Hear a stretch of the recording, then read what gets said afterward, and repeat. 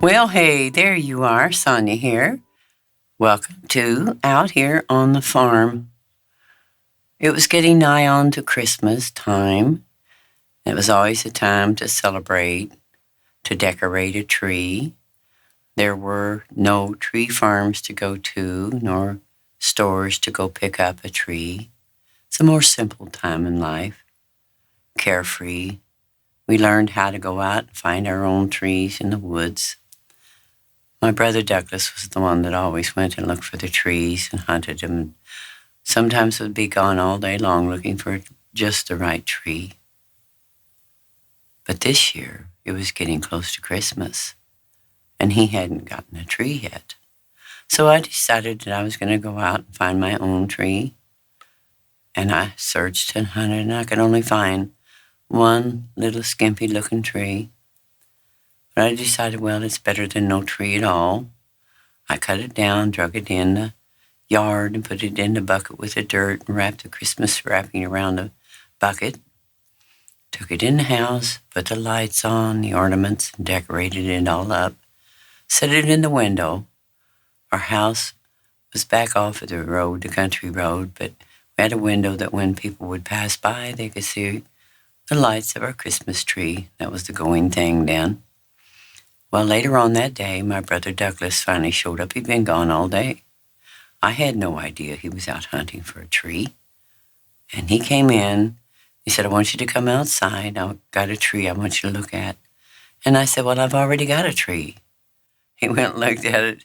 He said, well, that's a pretty simple little tree, isn't it? He said, come on, you got to see this tree I have. So I went out, and it was a beautiful tree, just flush with, just beautiful. And the limbs were all perfect. It was just perfectly shaped.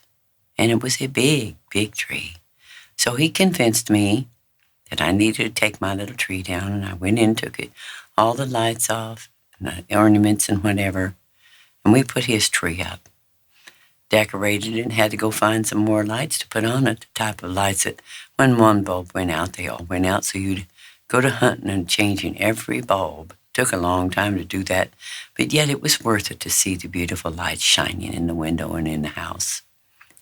He was so pleased with himself, and we sat back and just looked at it.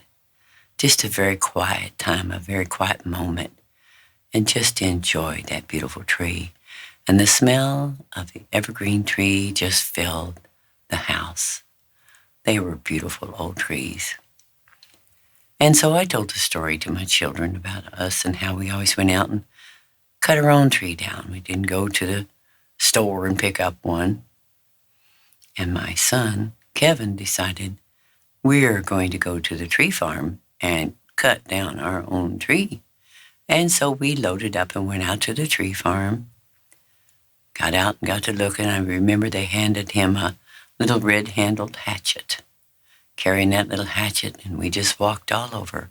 There was snow on the ground, and it was getting cold. And we searched, and we searched. And we went around and around and around, looking at almost every tree there was out there, and thought we weren't going to find just the right tree. I thought to myself, well, no wonder it took my brother Douglas so long to find just the right tree, because there wasn't a sparingly bunch of trees out there. There was plenty of trees. So we couldn't find the right one, but we came up this little embankment, almost like a little hill. And lo and behold, there, standing off by itself, I can just see it just as clearly today as it was that day.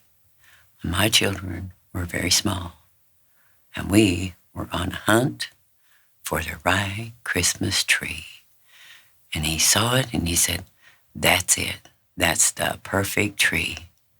Let's cut him down. Took his little hatchet and cut it down and drug it up to the place to pay for it. And they put the little net that they put on it to take it home. And we put it in the trunk. You talk about some happy children. On our way back home, you would have thought we'd won something great and magnificent, but to them it was.